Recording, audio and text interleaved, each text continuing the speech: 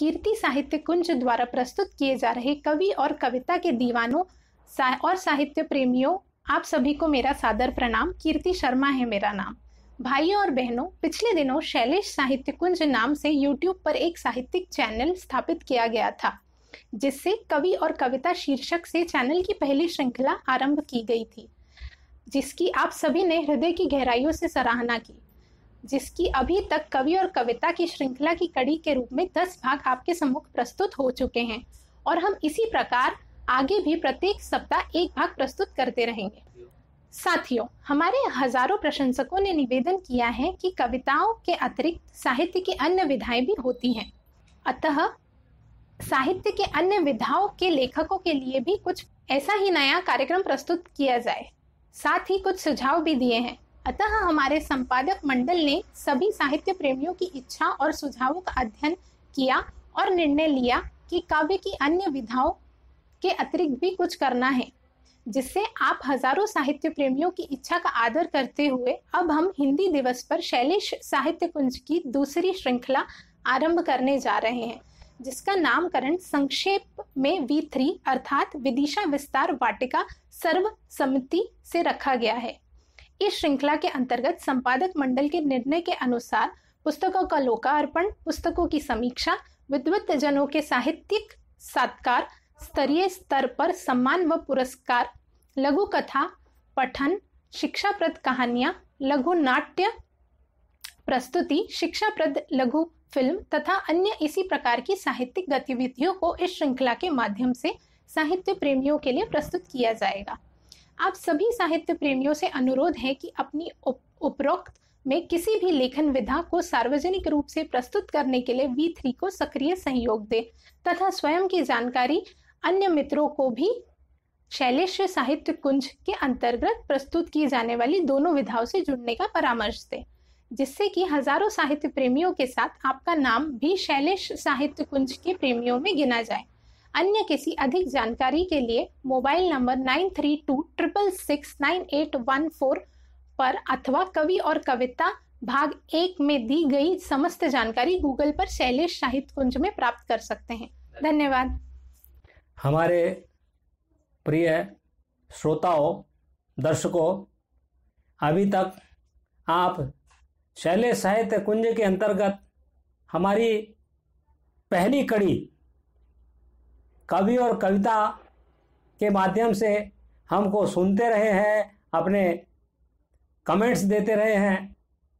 लेकिन अब हम दर्शकों की मांग पर हम एक और दूसरी सीरीज शुरू करने जा रहे हैं, जिसमें हमारे मित्रों ने कहा है कि कविता के अलग भी साहित्य की और भी विधाएं होती हैं, तो उनके लिए भी तो कुछ ना कुछ साधन होना चाहिए जिससे वो अपनी प्रतिभा को सबके सामने प्रस्तुत कर सकें।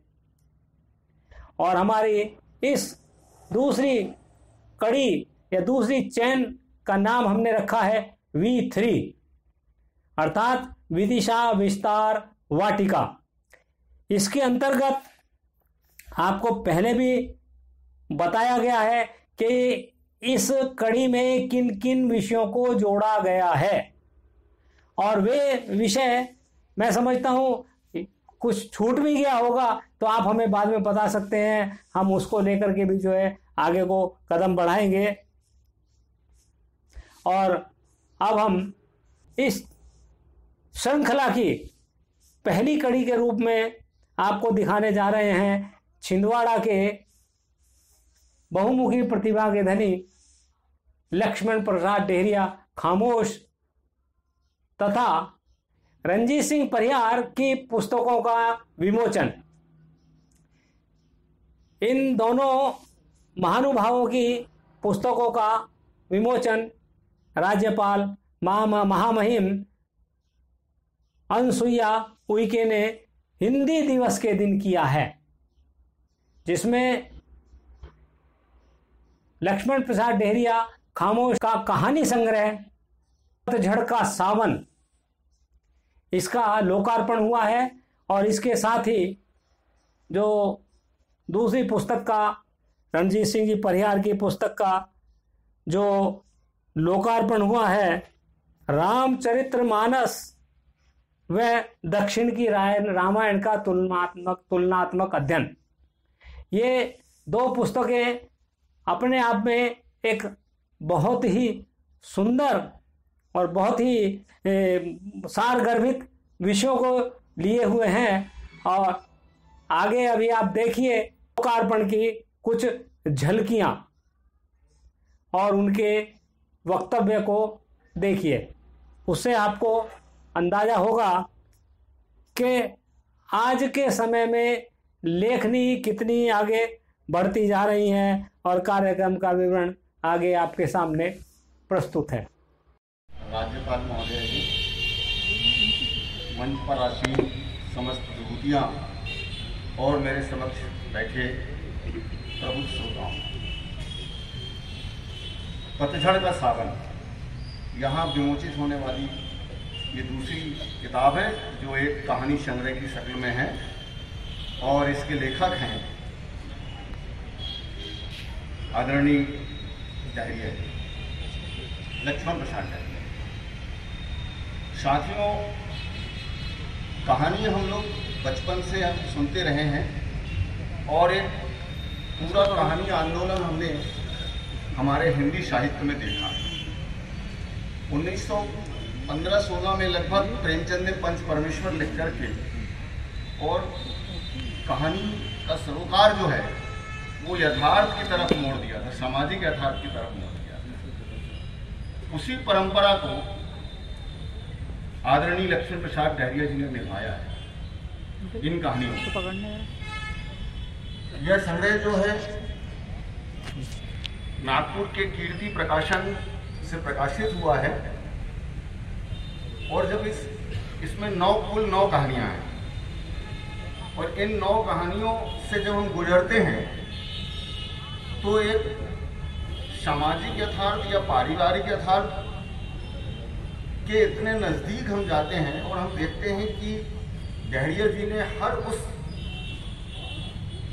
जगह अपनी दृष्टिपात की है जहां शोषण है, जहां कुंठा है, जहां पर द्वंद्व है, चाहे वह सामाजिक द्वंद्व हो चाहे पारिवारिक द्वंद्व हो। कुछ 3-4 कहानियों पर मैं 1 मिनट में चर्चा करूंगा और अपनी बात खत्म करूंगा। इसमें जो शीर्षक कहानी है पतझड़ का सावन, हम शीर्षक पर ही सोचते हैं कि पतझड़ का क्या सावन हो सकता है, या तो पतझड़ या सावन।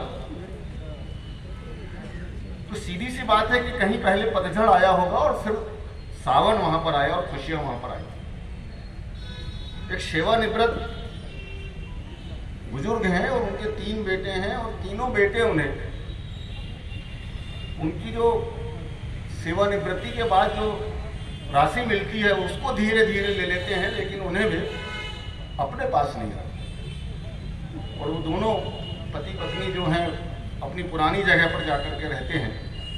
लेकिन एक व्यक्ति, एक बैंक मैनेजर है, वो आते हैं और वो उनकी किस तरीके से मदद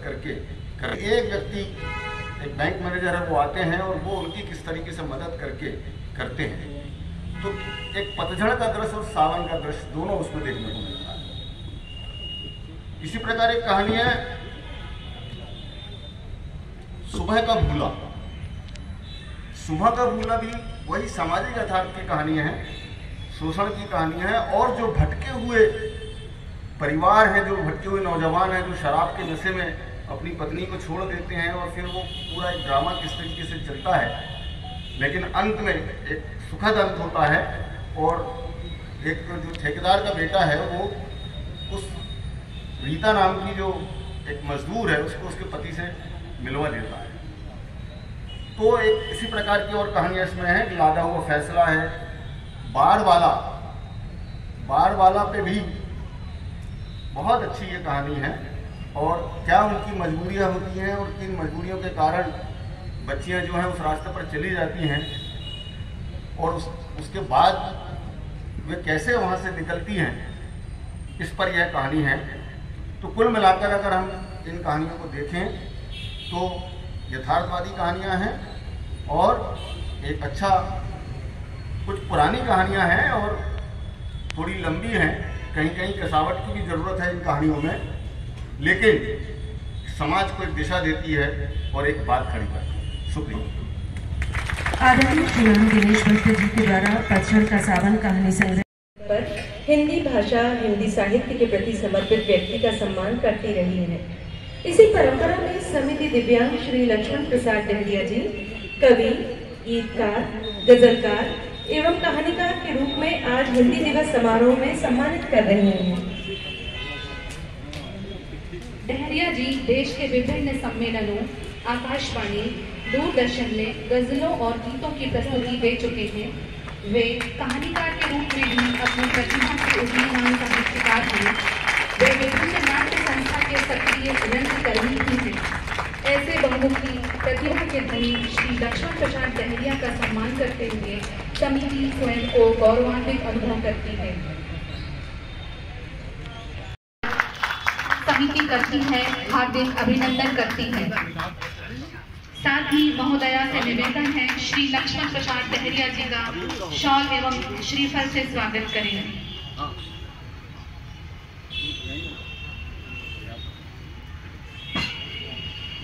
श्री लक्ष्मण प्रसाद डहरिया एवं श्री रणजीत सिंह पंथार दोनों के द्वारा लिखित किताबों का विमोचन हमारे बीच में हुआ और महामहिम के द्वारा उनका सम्मान किया जा रहा है।